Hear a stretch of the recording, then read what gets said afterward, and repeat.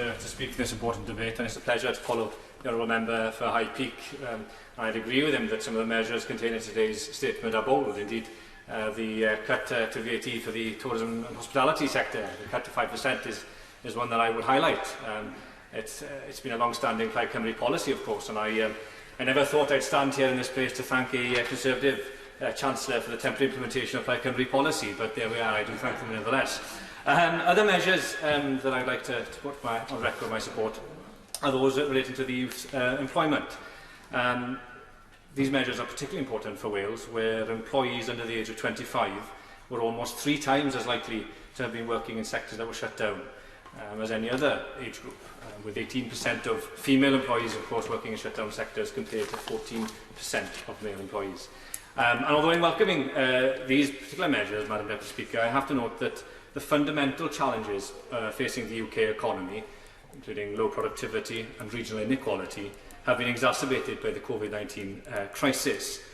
To address these long-term problems, I did press the case for a review of existing tax reliefs and further innovation funding during the Finance Bill. And I do fear that an opportunity has been missed today to increase R&D credit, as well as reviewing relief such as Enterprise Investment Scheme, to ensure that taxpayers' money is adequately supporting private investment in the marginalised areas of the UK.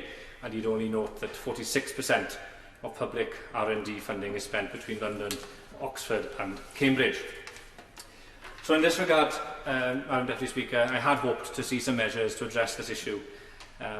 What's more, the statement might have spoken a little bit more about the future shape of the economy, for despite the ravages of COVID-19, we do have an opportunity to facilitate a green transition and also to address some of the fundamental issues of the pre-COVID economy, as I mentioned earlier, low productivity, low wages and low growth.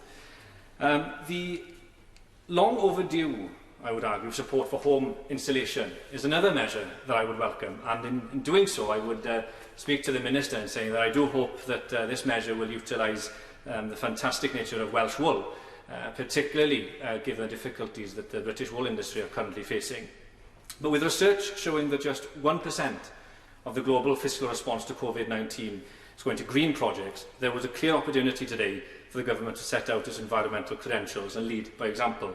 But instead, the £3 billion promised pales in comparison with the example of Germany, where a third of its €130 billion stimulus is directly targeted at lowering emissions.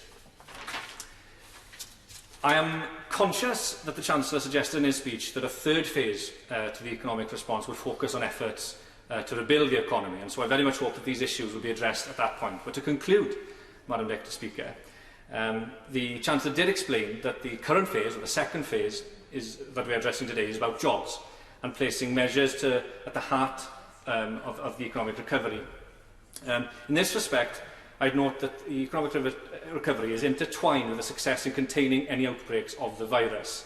And as such, we really do need to explore ways of introducing targeted furloughing schemes and business support schemes to support local lockdowns, which recent events suggest will become the new norm.